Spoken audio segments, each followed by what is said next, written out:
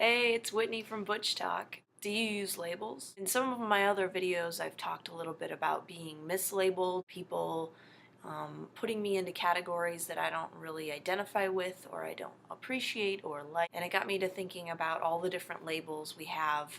I feel like there's been more and more different labels coming up um, as people kind of explore who they are and maybe figuring out that they don't fit into a certain category, and so they create a new term that fits them better. I've had conversations about people saying that they definitely identify as butch and that's me, and some people say, well, no, I'm more genderqueer and that's me. And then I've come across a group of people that say, I don't label, I don't like labels, I'm just Whitney, that's all I am. And it got me thinking, because I studied psychology in college, so my way of looking at things sometimes gears toward that type of lens. When I think about people saying, oh, well, I don't label, I don't use labels, I don't prefer them, I don't like them, um, it kind of makes me think, and it kind of makes me like, that doesn't really fit into um, what I've learned about how we process things and how our brains kind of function and uh, how we go through the world. I want to make a video about labels through a cognitive psychology lens. Cognitive psychology, when I say that, it means it's like the study of mental processes. So like attention, language use, memory, perception, problem solving, thinking, that type of thing. Like how do we process things? How do we take things in? And then what does our brain do with it once it's in there? From that lens, there's many different ways to look at any topic that we could bring up, but from a cognitive psychology lens, our minds naturally label or organize patterns. You can't, if you're looking at it from that lens, you can't say, I don't label.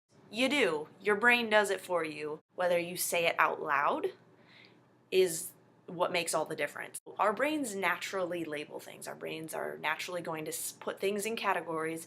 Otherwise, we would move through the world at snail pace. What I'm kind of getting at here with cognitive psychology and labels specifically is schema. Schema describes an organized pattern of thought or behavior. For example, when you are around like a toddler or a baby, someone who's just learning about the world and they're taking it in, when they're learning about animals, if they're introduced first thing to a dog and they see the dog and they learn the word dog, they're like, oh, dog, dog, and they'll point the dog. And then they see maybe a cow and they say dog, and they point at the cow and they say dog. It's because they haven't been introduced to that concept yet of cow. They see four legs, they see it's some sort of animal probably, and they group it into the category. Their brain automatically does this for them, process information quickly. They put it into the category as dog. This is a long-winded way to say that this is what I think is happening when people label themselves and they label other people, and this is why I think sometimes the conversation in the LGBT community, it's a little muddled and people are like, well, don't label me that, that's not me, and why are you labeling yourself that, that's not you.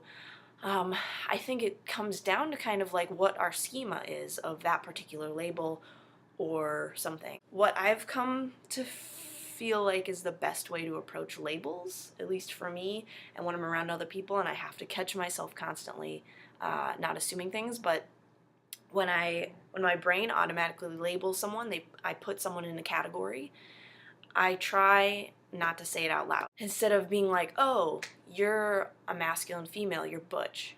Well, maybe they don't feel like they are butch. Maybe they feel like they're genderqueer, or maybe they feel like they're androgynous. That's not up to me to put that on them out loud. I think what it comes down to is people being exposed to different people and to more things that question their schema that's already in their head. Of course, if they see me walking down the street from a distance, they might say, oh, well, that person is wearing men's clothing. They kind of carry themselves in have a more like masculine way of walking.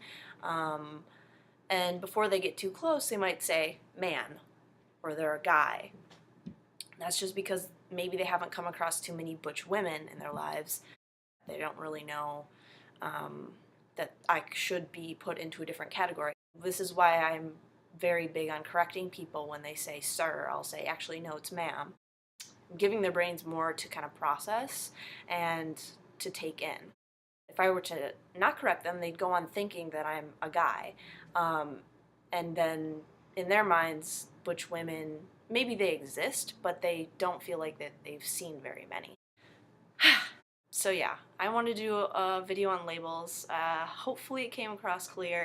Let me know what y'all think about this. What do you think about labels? Do you use them? Do you not use them? Cognitive psychology lens is just one way that we could look at this topic. But there's other ways to look at it. So comment below. That is all I have for you today. All right, bye.